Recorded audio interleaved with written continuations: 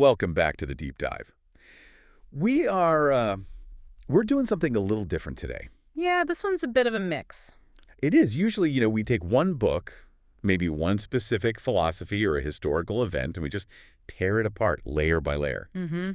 But today, we are staring down this massive stack of really disparate sources. I mean, I'm looking at papers from urologists, protocols from formulation scientists. I've got notes from meditation teachers, hard data from biochemists. It's all over the place. It's a bit of a Frankenstein's monster today, isn't it? It really is.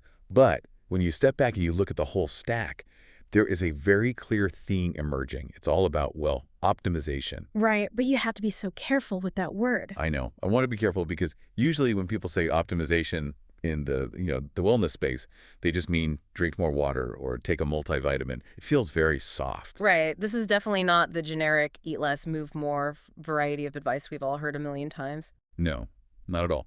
The mission here was to sift through all of this noise to find what we're calling the biological cheat codes. I like that. Cheat codes. Yeah.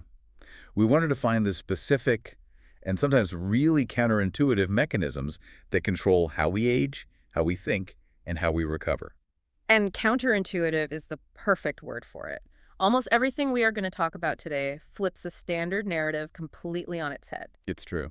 We're finding that the things we all thought were healthy might actually be stalling our progress. And the things that, seemed dangerous or just plain weird might actually be the keys to longevity. I mean, just to give you a taste of what's coming, we found research suggesting that healthy fats, the olive oil we've been told for decades to drown our salads in for heart health, that might be the single biggest reason people can't lose weight. Oh, that's going to upset the Mediterranean diet crowd for sure. No question. But the math doesn't lie. The physics of it's undeniable. And we're going to talk about why putting ice on a sprained ankle, something I have done since I was 6 years old playing soccer, is actually preventing you from healing. That one completely changes how we look at inflammation. It turns out we've been stopping the repair crew at the door this whole time. It's wild. And then there's this really, really sobering look at a specific window in a child's life, specifically for young girls, that determines whether they break a hip 30 years down the line.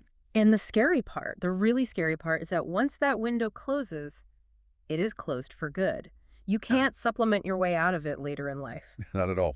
So you're going to want to stick around. We're going from the dinner plate to the gym and then deep into the brain. Let's start with section 1, rethinking fuel. Let's do it. And we have to start with this idea, this healthy fat trap.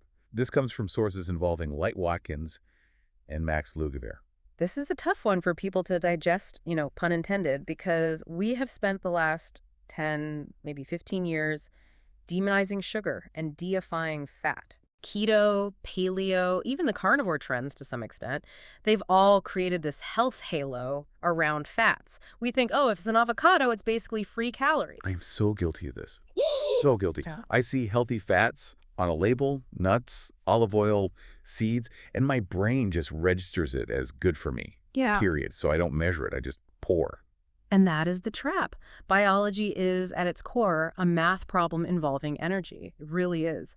And Light Watkins did this fascinating personal experiment that just highlights this perfectly. Okay, so what was his story? He was trying to lean out, get his body fat down, and he was following all the right advice, low-carb, healthy fats, but he was just stuck at around 22% body fat. He couldn't budge the needle.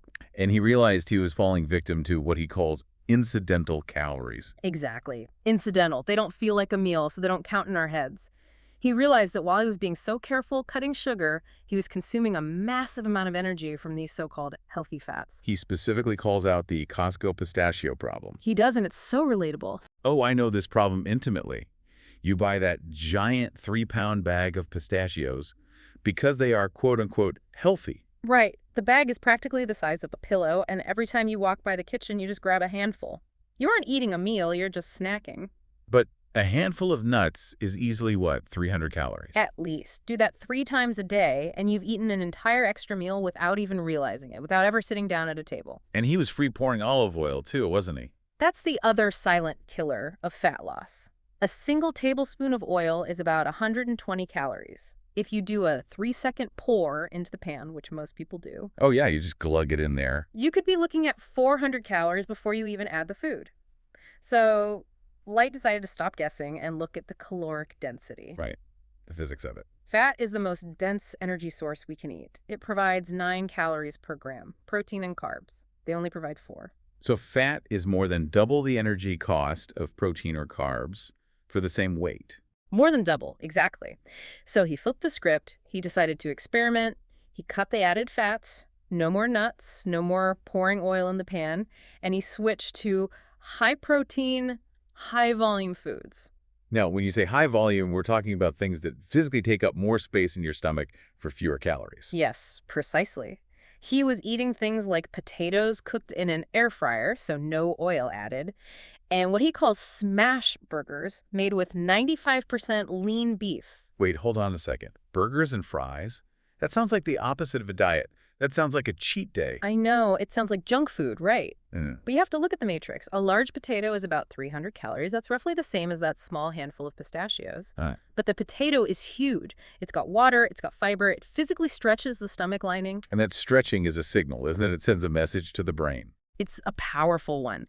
There are mechanoreceptors in your stomach wall, and when they stretch, they tell your brain, hey, we are full down here. You eat the nuts, they take up almost no space, and 10 minutes later, you're looking for more food. You eat the potato and the lean beef, you are physically stuffed for hours. So what happened? The results for him were pretty wild. They were incredible. In 3.5 months, he dropped from 22% body fat all the way down to 13%. Wow. That is a massive drop. That is getting into athlete territory. And the key takeaway for me, the thing that makes this sustainable, was that he said he never felt deprived. He wasn't starving himself. He was just changing the density of his fuel. He was eating more food by volume than ever before. So the lesson isn't fat is bad for your health. It's more like fat is expensive for your energy budget. Precisely. It's a calibration issue. If your goal is specifically to lose body fat, that healthy olive oil drizzle might be the 500 calories that's keeping you stuck at maintenance. Okay, speaking of extreme dietary shifts, let's talk about Vinny Lingham. Because his protocol makes the smash burger diet look like an all-you-can-eat buffet. Yeah. We're talking about the carnivore elimination protocol. Yeah, this is a really fascinating case study because Vinny wasn't primarily trying to lose weight. He was trying to solve a serious medical mystery. He was suffering from severe neuropathy, right? Yes. Numbness, tingling, a loss of sensation in his arms. I mean, that is a terrifying symptom. It usually suggests some kind of nerve damage or a severe systemic issue. And being an engineer, he approached it like an engineer. He started tracking the data. He did. He noticed a pattern. These flare-ups weren't random. They happened almost immediately after he ate very specific foods. Specifically, fried chicken or a really fatty grain-fed steak. So he suspected it wasn't the meat itself, but maybe something about the fat attached to it. Specifically, the type of fat. He zeroed in on omega-6 seed oils, soybean oil, corn oil, canola oil. These are the industrial oils used in almost all fried foods and processed goods. Yeah, and for some people, those can be a real problem. A huge problem. For a significant portion of the population, these oils can be highly inflammatory. They oxidize very easily in the body, which creates free radicals and cellular stress. So he decided to go nuclear.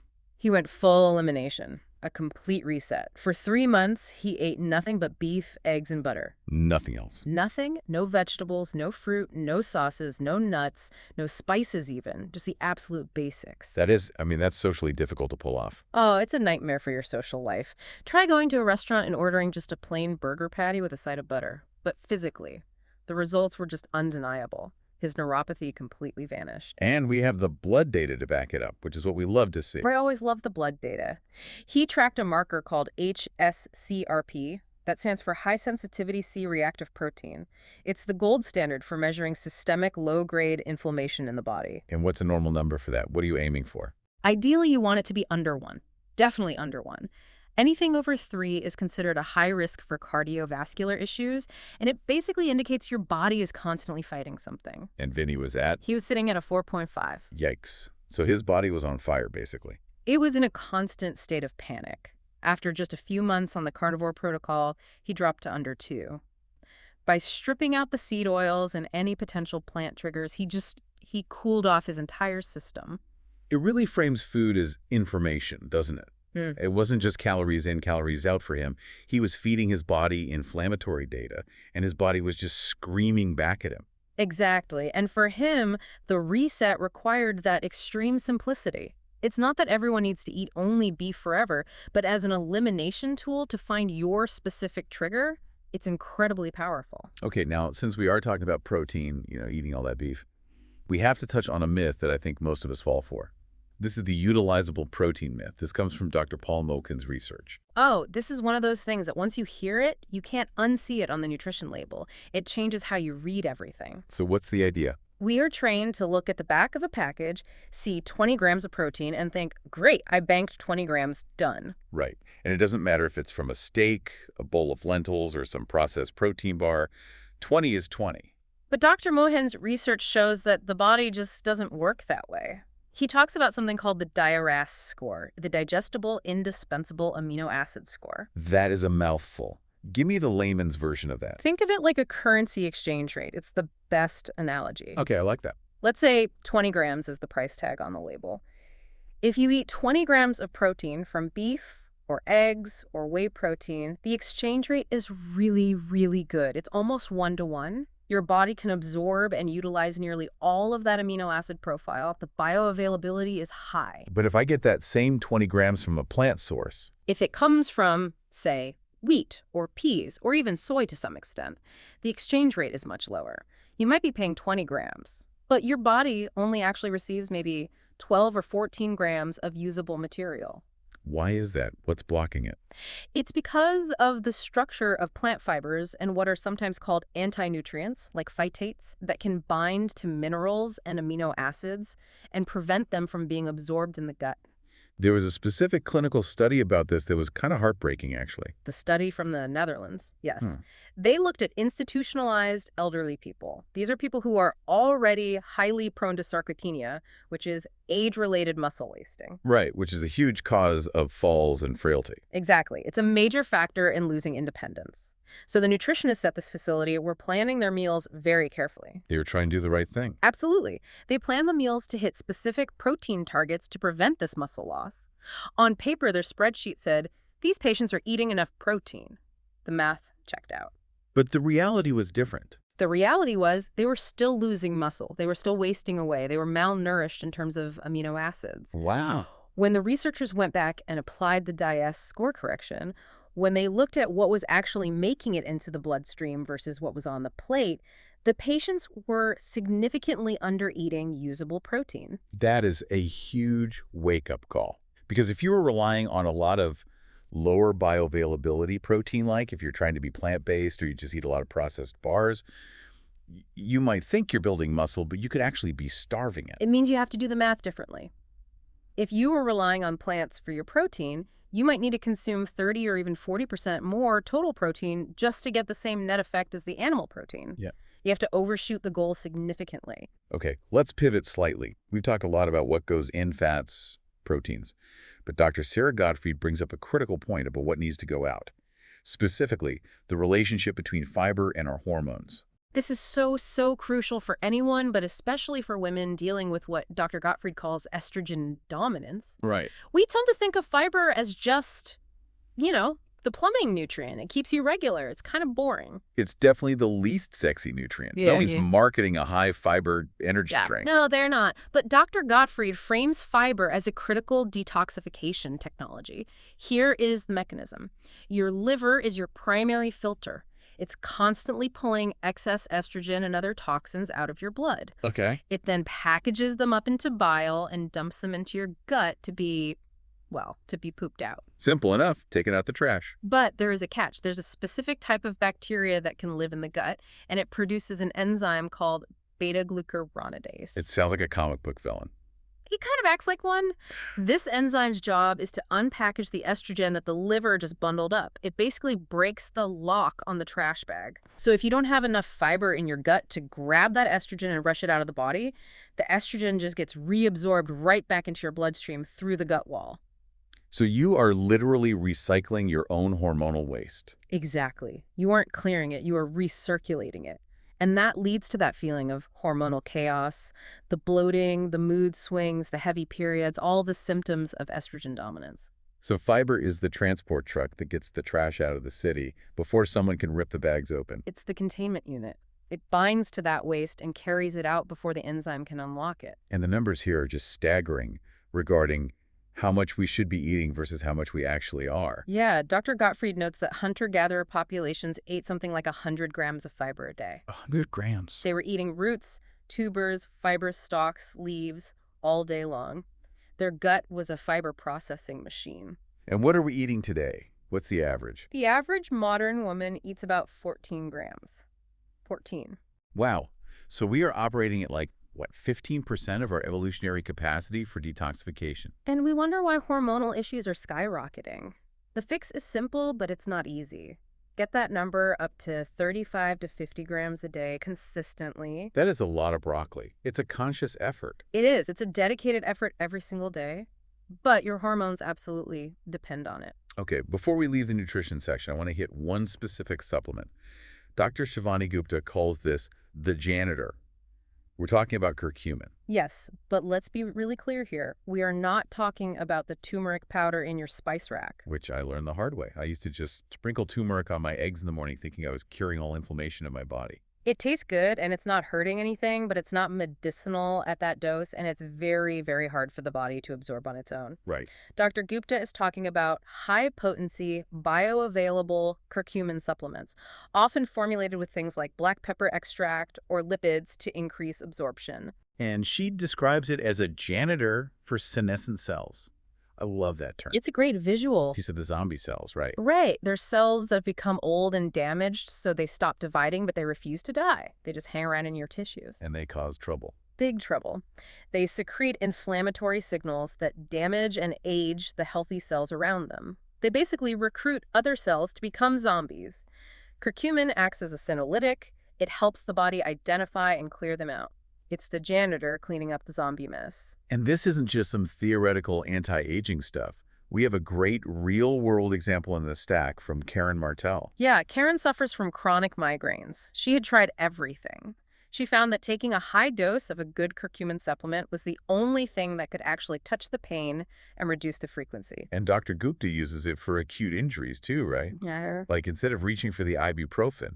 Yes, for things like ankle sprains, which is a perfect segue, actually, because in a minute, we're going to talk about why that ibuprofen might be the worst thing for your ankle.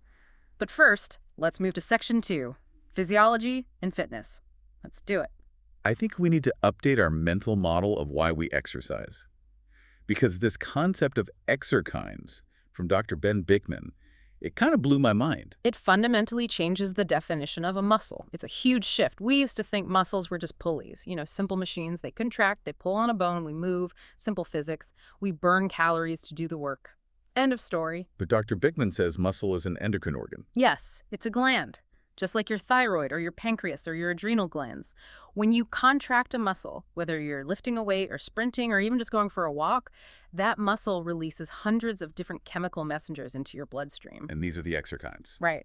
They're also called myokines. He used the term extracellular vesicles, or ECVs. That sounds very technical. Think of them as little cargo ships or biological Amazon packages. A 2018 study in the journal Cell Metabolism showed that just 1 hour of cycling released over 300 different types of these proteins into the blood. And where do they go? They don't just stay in the leg that was cycling? That's the magic. They home in on specific targets all over the body.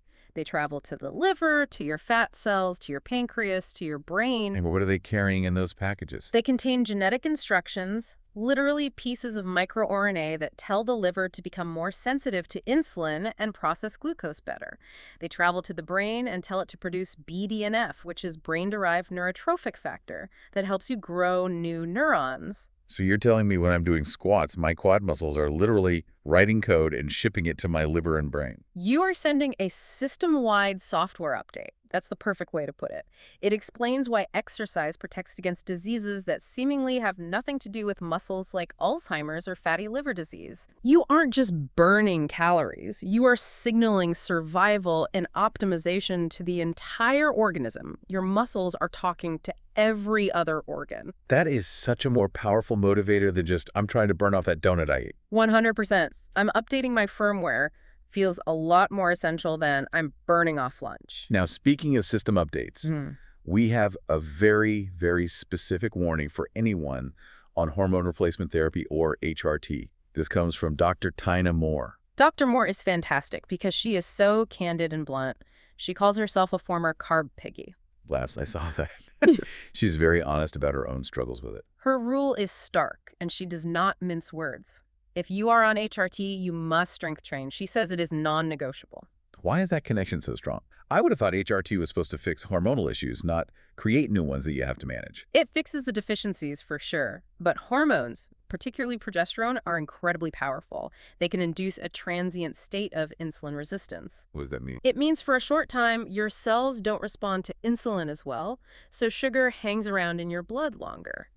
It makes sense evolutionarily. If you were pregnant, which involves very high progesterone, you'd want to hang on to blood sugar for the growing baby. You want to store energy efficiently. But if you aren't pregnant and you're just taking HRT as a woman in perimenopause or menopause, You just get the blood sugar spikes and the belly fat. Dr. Moore found that when her progesterone dose was just a little too high, she gained visceral fat around her middle despite eating clean. She realized she needed what she calls a glucose sink. a place to dump all that extra sugar. Exactly. And that sink is muscle. Okay, that makes sense. Muscle tissue is the primary disposal site for glucose in the body. Roughly 80% of the glucose you eat from a meal ends up stored in your muscles as glycogen. If you have more muscle, you have a bigger tank to dump that excess energy into. So it mops it up before it can be stored as fat. Yes. If you take HRT but you stay sedentary, you are pouring high-octane fuel into a car that is just parked in the garage. You're going to flood the engine and spill fuel all over the floor. You have to earn the hormones with the iron. That is perfectly put. You absolutely do. Okay, this next point. Bone density banking. This is the one that really scared me the most, especially as a parent. This is from Dr. Andy Galpin. This is the heavy hitter of the section for sure. It's one of those things that really reframes your timeline. We tend to worry about osteoporosis when we're 60 or 70, but Dr. Galpin's data shows that the game is won or lost decades before that. He talks about a critical window for female bone health. A very specific and very short critical window, and that window is roughly between the ages of 7 and 12.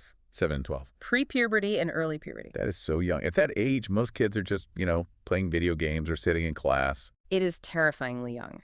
During this phase, the body is laying down the structural matrix of the bone. The osteoblasts, the bone-building cells, are hyperactive in response to hormonal signals.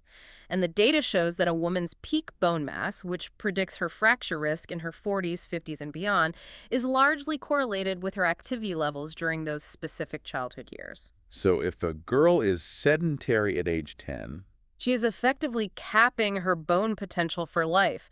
You can't really catch up later. You cannot grow significant new bone density after your early 30s. After that, you can only slow the rate of loss. You're just trying to maintain what you have. so it's like a bank account where you can only make deposits until you're 30, and then for the rest of your life, you're only making withdrawals. That is the perfect analogy. And if you didn't make a big enough deposit when you're 10, you're going to go bankrupt when you're 70. And in this case, bankruptcy means fractures, hip replacements, and a total loss of mobility and independence. So what is the actionable advice here for parents? Is it just go play outside more? It needs to be more specific than that. Dr. Galpin is very clear. Swimming doesn't count for this. Cycling doesn't count. Why not? Those are great exercises. They're great for cardio, but they are non-impact. The bone needs to feel what's called axial loading. It needs the thud of landing. The mechanical stress, So jumping. jumping, running, gymnastics, soccer, basketball, tennis, any sport that involves impact. That mechanical stress is the signal that tells the bone to lay down a thicker, stronger, more resilient matrix. To use the phrase engineer activity, don't just hope it happens. You have to. You have to build it into their lives because the feedback loop is 30 years long. It is the ultimate delayed gratification metric. Right, that's heavy. Let's move to section 3. Recovery and tissue health. We've sent the software updates. Now we need to fix the machine. And we are going to get very physical here, Very physical. starting with something called the gut smash, which just sounds violent. It's definitely less violent than it sounds, but it is intense. This comes from Jill Miller, who is a fascia expert. Okay, describe the protocol for us. What does one do? You take a soft, air-filled ball. She has one she calls a Corgus ball. It's about the size of a small melon or a large grapefruit. You lie face down on the floor, and you place the ball right under your abdomen. So the ball is pressing right into your stomach. Right into your guts. And you just breathe deeply and let your body weight sink into it. You are mechanically manipulating the rectus sheath, which is the fascia of your abs, and all the organs that live underneath. Why on earth would I want to do that? That sounds deeply uncomfortable. It is a little uncomfortable at first, for sure, but that's kind of the point. There are two big reasons. One is mechanical mobilization. If you're stressed, your gut tightens up. It literally stops moving properly. We hold tension in our abdomen just like we do in our shoulders. And that can cause problems. Yeah, it can cause things like stress-induced constipation. Yeah. The smash mechanically frees things up and gets the tissue moving again. Okay, and the second reason? The vagus nerve. This is the main highway of your parasympathetic nervous system. That's your rest and digest mode. The vagus nerve wanders all through the abdomen. By applying this deep, gentle pressure and breathing against it, you are manually stimulating the vagus nerve. You're forcing your body to switch off the fight or flight response. You are. It's like a manual override button for anxiety, Yeah. and it's located right around your belly button. It forces the diaphragm to unlock, your breathing deepens, and your whole system just calms down. Okay. Keeping on the theme of mechanical inputs, we are moving from the belly down to the pelvis. We have to talk about vibrators. Yes, we do. But, and this is important, Laura Pack and Dr. Kelly Casperson are not talking about them as sex toys. They're talking about them as medical devices for tissue health. This is such an important reframe. We usually categorize vibrators under pleasure, or we giggle about it and get embarrassed. But for women, especially post-menopause, there is a very serious medical condition called genitourinary syndrome of menopause. Okay, and what happens physiologically with that? The tissues of the vagina and vulva begin to atrophy. They thin out, they get dry, they lose elasticity, and they become painful. Sex becomes painful. Even just sitting can be uncomfortable. It happens because of a lack of blood flow and hormonal support as estrogen drops. So where does vibration come in? Dr. Casperson argues that we need to view vibration as a form of physical therapy. Like doing reps for the tissue. That's a perfect way to think about it. They cite research by Dr. Alexandra Dubinskaya that shows the vibration stimulates blood flow and neural activity in the tissue. It oxygenates the area. It wakes it up. So it prevents the atrophy from setting in. It helps maintain tissue integrity and function. The analogy they use is simple and brilliant. You exercise your biceps to keep them functional. Why wouldn't you exercise your pelvic tissues to keep them functional? It's a classic case of use it or lose it. That makes total sense when you strip away the cultural stigma. It's just blood flow. It's just vascularization and neural stimulation. That's it. Speaking of blood flow and healing, let's destroy a sacred cow. Dr. Victoria Mazes says we need to stop doing RICE. Oh, this one hurts.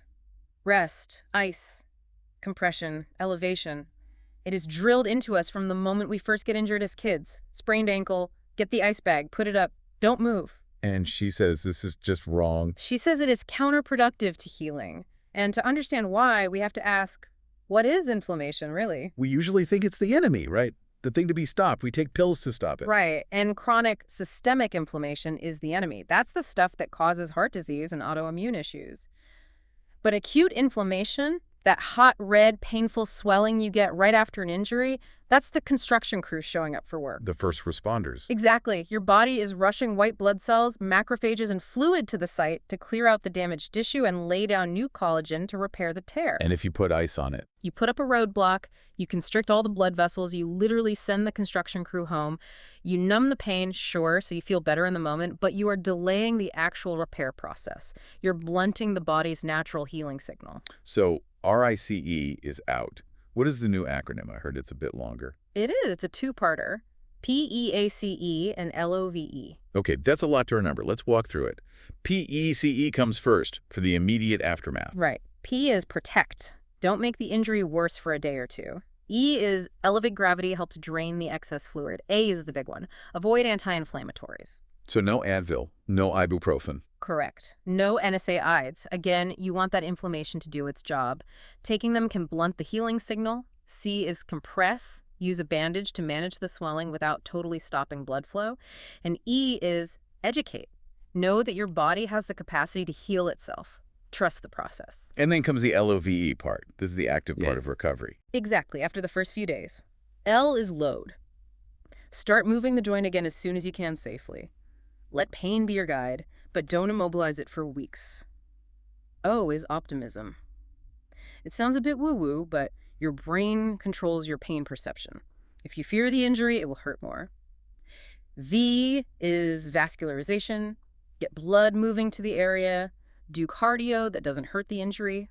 And E is exercise. So it's active recovery. Don't freeze it. Use it. That's the new paradigm. Trust the body's construction crew. Don't lock the gate on them. Okay, let's shift gears completely. Section 4, rewiring the mindset. We've optimized the hardware. Let's look at the software running on it. And we have to start with Mel Robbins and the high five habit. I know what you're thinking. I know what everyone listening is thinking. It sounds so cheesy. It sounds like an SNL skit, high-fiving yourself in the mirror. I feel like if I did that, I would just burst out laughing at how ridiculous I look. It scores very, very high on the cringe meter, and Mel Robbins is the first person to admit that. But the mechanism behind it, though, is surprisingly robust and based in neuroscience. But what's the instruction? The instruction is simple.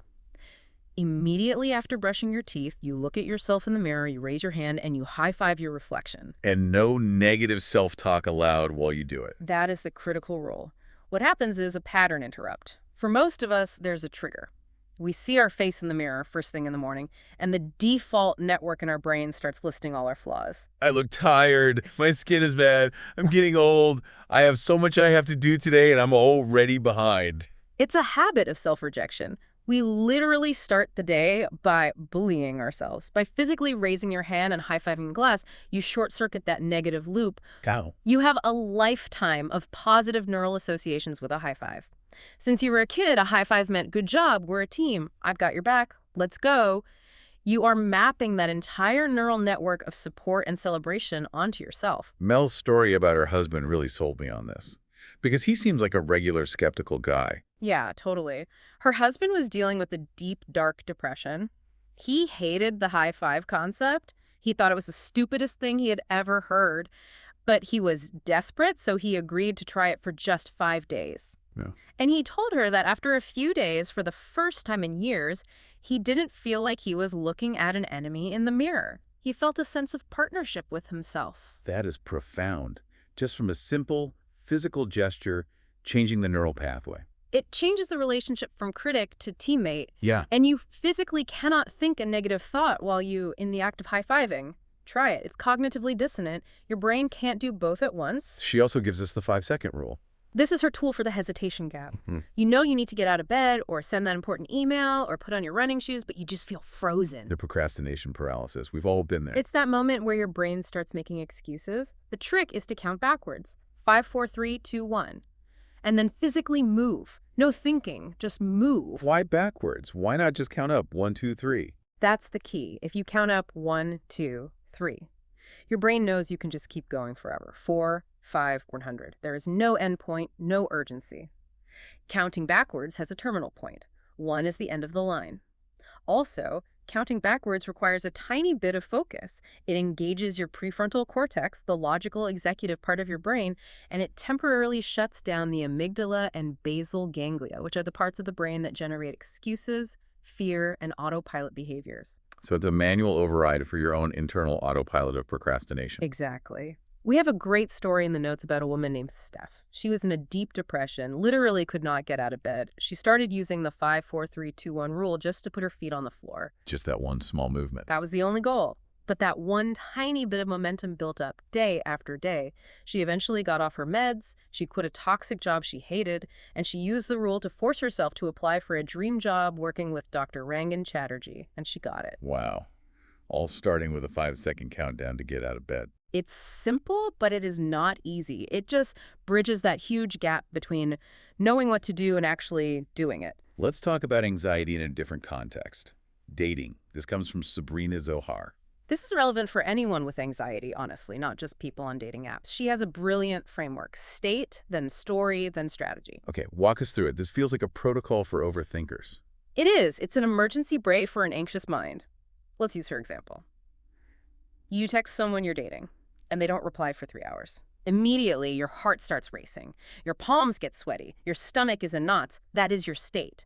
Your nervous system is dysregulated. So step 1 isn't text them again. Step 1 is fix the body. Correct. That is the crucial first step. Put the phone down, go do a gut smash, go for a walk, do some box breathing, get your nervous system back to neutral. Her rule is, do not make decisions while your heart rate is over 120.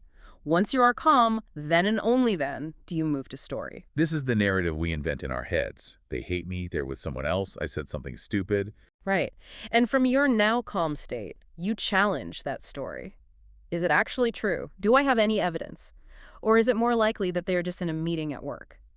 You rewrite the story from a place of logic, not panic. And finally, strategy. Strategy is the action you take. If you are calm, and the more logical story is they are likely just busy, then the correct strategy is do nothing. Wait. It prevents the self-destruct sequence where you send the "Are you mad at me?" text, which never ever helps. Never. It just inserts a critical pause between the emotional trigger and the behavioral reaction. Sabrina also dropped a bomb about the feeling of butterflies. Oh, this hurt to hear. It really did. We all grew up watching movies where getting butterflies in your stomach means you found true love. And she says, not so much. She had this realization that for her, the butterflies, that anxious, jittery, sick excitement she would feel on a first date, wasn't love, it was familiar trauma. What does that mean? She was subconsciously chasing emotionally unavailable people because the anxiety they created in her felt like home to her nervous system. It was a familiar pattern from her childhood. Calm, stable, and secure felt boring and foreign to her. So love at first sight might just be trauma recognition. For some people, yes. It can be a warning sign of dysregulation, not necessarily a soulmate connection. Real safety feels calm, not chaotic. There's a massive reframe. All right, we are in the home stretch. Section 5, Advanced Biohacking and Technology. We're getting into the molecules and the machines now. This is for the optimizers who really want to tweak the machinery. Let's talk about boosting NAD+ off. First, what is it and why should we care? NAD+ is a coenzyme that's found in every single cell in your body. It's absolutely crucial for mitochondrial function, for turning food into cellular energy. It runs your cellular batteries. As we age, our NAD+ levels plummet, and our cellular energy just crashes. And the idea is we can boost it back up. Right. Dr. Charles Brenner, who is a biochemist who discovered the pathway, recommends supplementing with a precursor called nicotinamide riboside, or NR, to boost those levels back up. But there's a huge, huge caveat here involving, of all things, red wine. Or rather, a compound in red wine. You mean resveratrol? Exactly. This is a crucial interaction that the biohacking community completely missed for a while. There was a study on patients with peripheral artery disease, a condition where you have poor circulation in your legs. The study showed that taking NR significantly improved their walking distance. It worked. Okay, good. BUT, if they combined the NR with resveratrol, which is often sold as an anti-aging partner to NAD+ supplements, the benefits were totally canceled out. It completely negated the effect. Completely. The group taking both NR and resveratrol saw zero improvement. They were no better than the placebo group. Why? I thought resveratrol was this miracle molecule. It's complex, but it seems they likely compete for the same enzymes or pathways in a way that blocks the benefit of NR. It's just a stark warning against kitchen sink biohacking. Just because two things are individually good doesn't mean they play nice together. You can over-optimize yourself right back to zero. Okay, also quickly, red light therapy. This comes from Dr. Artie Witten. These panels are everywhere now. They are. People are buying them like crazy. But Dr. Witten warns that dosing matters immensely. It follows what's called a biphasic dose-response curve. Meaning more is not always better. In fact, more can be worse. Exactly. Think of it like the sun. A little bit of sun creates vitamin D. Too much gives you a sunburn. With red light, if you want to treat deep tissue or bones or stimulate stem cells, you generally need high power, the big, powerful panels. But if you are treating your face for anti-aging, You want less power. much less. You want low intensity. He says if you blast your face with a high-power panel that was designed for deep muscle, you can actually damage the skin, degrade the collagen, and lose facial fat volume over time. So you can biohack yourself into looking older if you do it wrong. Yes, you can. Distance and dosage are critical. Don't just buy the strongest light you can find and sit 2 inches away from it. Last one before we wrap up. Peptides. Specifically oral peptides. This is from Kyle Vander Leest. He discusses a popular one called BPC 157. This is often called the Wolverine peptide because of its reputation for healing, especially for the gut lining and other tissues. Usually it's injected, but the oral form is stable in stomach acid and works specifically on the gut. But there is a vital rule about taking it with enzymes. A vital rule. Peptides are just short chains of amino acids. They're basically very, very small proteins. You cannot take oral peptides with food or with digestive enzymes. Why not? What happens? Because if you take them with enzymes, your stomach just says, oh, look, protein. And it digests it. It breaks it down into its constituent amino acids. It stops being a signaling molecule, which is the medicine, and it just becomes a very expensive snack. You have to take them on an empty stomach. Completely empty stomach, so they can survive long enough to be absorbed intact and act as signaling molecules. Incredible. We have covered so much ground. I mean, from smash burgers to high-fiving mirrors to peptide timing, my head is spinning a little. It's a dense stack. A very dense stack. If you had to pull out a single common thread that ties all of this together, what would it be? Proactivity. I think that's it. None of this is passive. You have to choose to count backwards from 5. You have to choose to lift weights to bank bone density for your future self. You have to choose to question your anxious story. It's all about actively intervening in your own biology and psychology. And maybe realizing that the standard operating procedure, eat healthy fats without thinking, ice your ankle, wait for motivation to strike, it might just be wrong, or at least incomplete. The body keeps the score, and the game is very, very long. I want to leave everyone with a final thought, a final question. Yeah. We talked about exerkines, the idea that your muscles are sending messages to the future of your body. And we talked about bone banking, how a 10-year-old is preparing her skeleton for her 40s and beyond. It's the concept of delayed gratification biology. Exactly.